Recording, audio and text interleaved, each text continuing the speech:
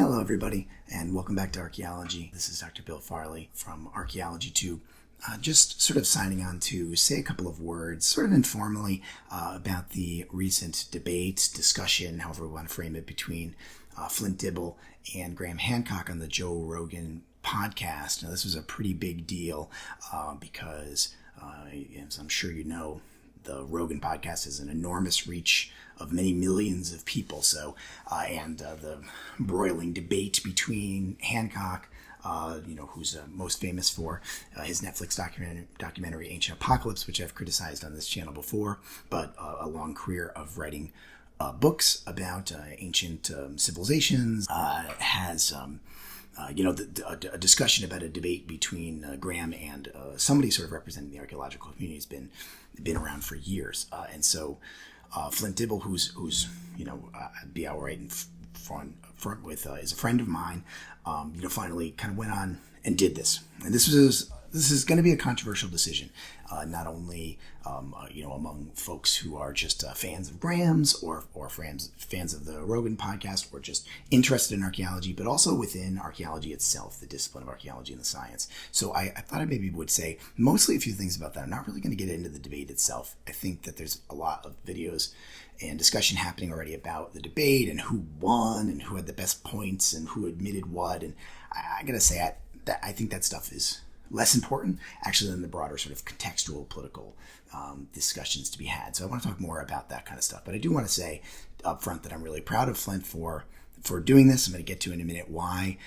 This was a pretty brave thing to do, I think, in a lot of ways. I'm also thankful to Graham Hancock and to Joe Rogan for hosting what turned out to be quite a seemingly pretty fair discussion. That was a fear of mine, was that Joe would, because he's a big fan of Graham's, that this would be really hostile environment, and it didn't really seem to turn out that way. So it seems like it was a friendly discussion, but we'll get into some of those details a little bit later. Now, I'll be upfront, like sort of my role in this, if there was any, was a lot of archaeologists helped out Flint along the way. He went into the debate really, really prepared, and I think that showed. I think that really showed, and that's only up to his work. He worked his ass off, worked really hard to make sure that he was going to know what he was talking about. He was going to be able to speak with confidence, and not have to resort to any kind of nastiness, and just kind of bring the evidence and try and let the ideas speak for themselves.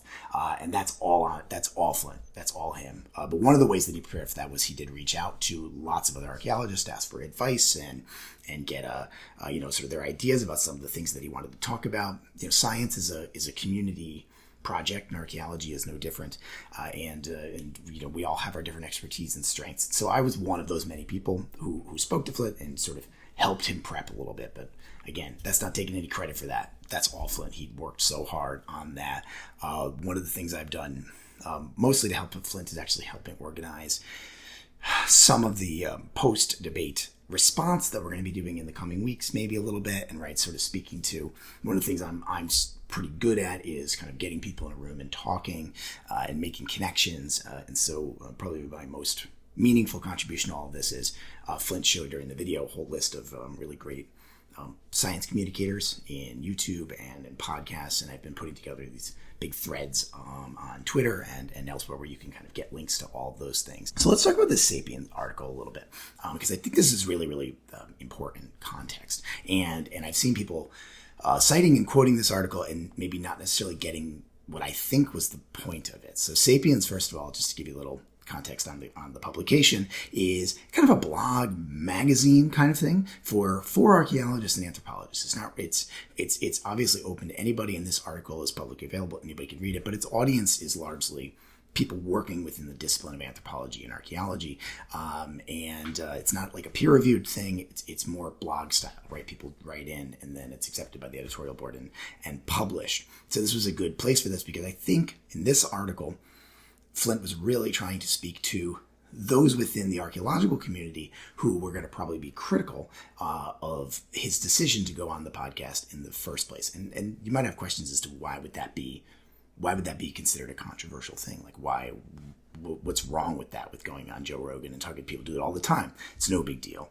Well, that's because there is a history of debates with personalities kind of like Graham's, or oftentimes people quite a bit more extreme than that have really backfired on scientists, and really kind of, the fear is always that by having a debate like this, you are platforming or legitimizing the ideas of pseudoscientists or worse, right? And there's some examples of this from history. Very specifically, probably the one that's the most famous is Bill Nye. Quite a long time ago in the 1990s, had a debate with a guy named Ken Ham, who was a creationist, sort of hardcore evangelical Christian guy about evolution. And, Bill Nye was the biggest science communicator in the world, had an enormous amount of cachet and clout and recognizability. And Ken Ham was like a nobody. Who was this guy? So it really did kind of not do a whole lot except elevate this guy and his ideas to a huge community that wouldn't have seen that before. Now, Flint's argument that he's making here, and I personally find it convincing, is that in this case, the tables are really turned on that, right? So a lot of this disagreement with the decision to do a discussion like this on a place like Joe Rogan revolve around this, what I think is a slightly out of date research from the 90s and the early 2000s about how ignoring the trolls is always the right choice, and kind of getting into debates with these folks has this impact of legitimizing them. But 2024 is very different from 1998 or 2005 or even 2015, right? We're in a really different world, and Hancock he's already legitimate, right? He's already got millions of fans. He's a best-selling author of many books, has a Netflix documentary, is featured in magazine articles and on shows all the time. Likewise with Joe Rogan.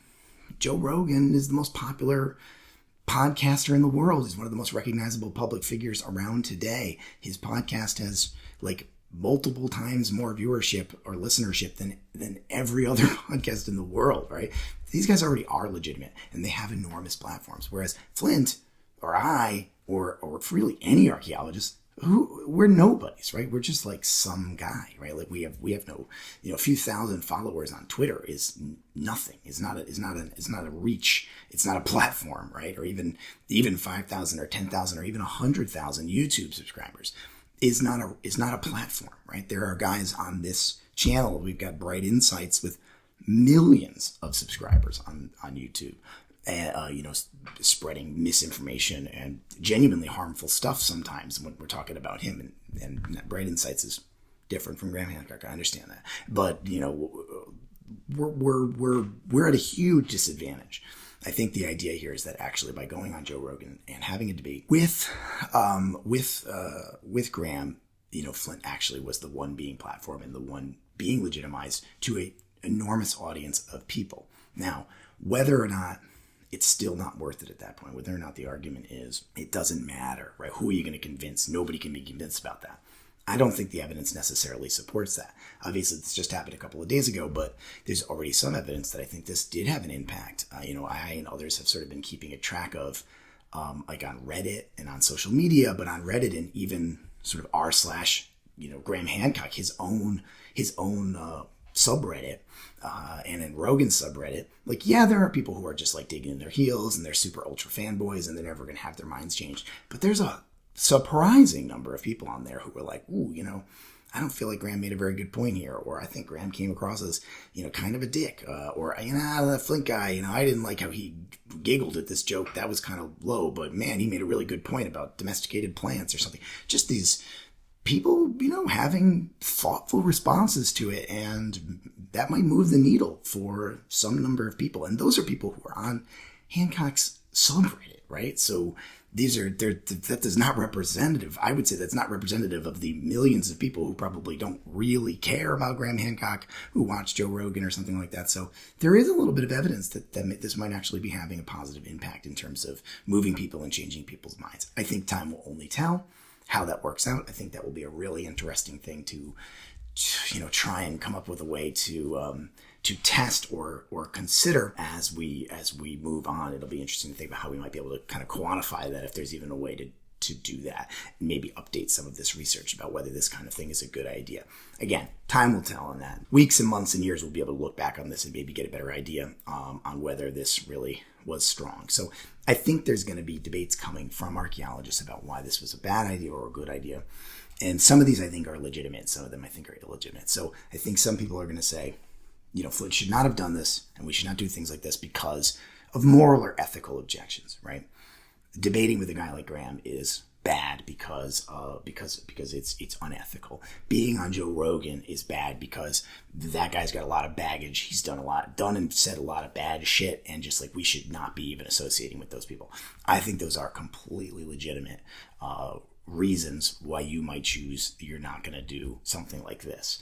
I think that there is fear, clearly well-founded fear, that doing something like this exposes yourself, potentially your loved ones, and potentially other vulnerable scientists to abuse and harassment. We've already certainly seen that already, even being tangentially associated with this. I've definitely had some of that in my DMs and in my comment section in various social media. But I think this argument that this should not be done because it platforms or legitimizes somebody like Hancock is not really a reasonable criticism anymore. Like I think that's, I don't know if I buy that anymore in 2024. The media environment in which we actually exist today, the number of followers that these folks have compared to us on social media, there is a huge gulf between us and them in terms of influence. So and we even if we don't want to only speak to ourselves,